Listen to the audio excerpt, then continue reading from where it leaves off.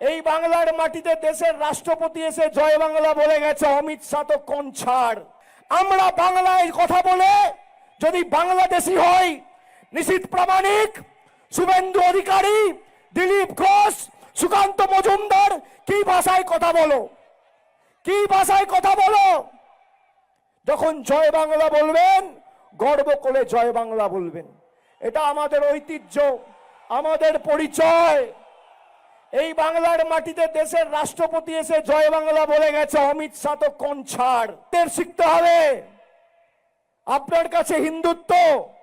যারা এখানে দাঁড়িয়ে আছে, কজন হিন্দু কজন মুসলমান? আজকে এসআইআর ঘোষণা হওয়ার পর প্রায় ৭৮ জন প্রাণ দিয়েছে, মারা গেছে লাইনে দাঁড়িয়ে। বিএলওরা আত্মঘাতী হয়েছে। এখানে আমাদের 4 জন পরিবারের প্রতিনিধিরা এসছে, ডাকো তো। যারা লাইনে দাঁড়িয়ে বা বিএলওরা কাজের প্রেসারে সুইসাইড করেছে, আত্মঘাতী হয়েছে, অপরিকল্পিত এসআইআর কে দায় করে, তার বিরুদ্ধে আগামী দিনের লড়াই। যারা বাংলার মানুষকে প্রাণে মারতে চেয়েছে, বিএসএফ দিয়ে বছরের পর বছর শ্রমিক, কৃষক, চাষিদের অত্যাচার করেছে।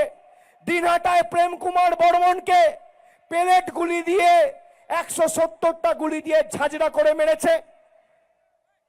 যারা চাষ করতে যাইছে, যারা চাষ করতে যাচ্ছে, তাদেরকে পাচারকারী বলে সন্দেহ করে প্রাণে মারা হচ্ছে।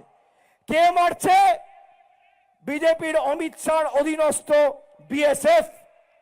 তার প্রতিমন্ত্রী কে ছিল? এই লোকসভা কেন্দ্রের সাংসদ নিশীথ প্রামাণিক।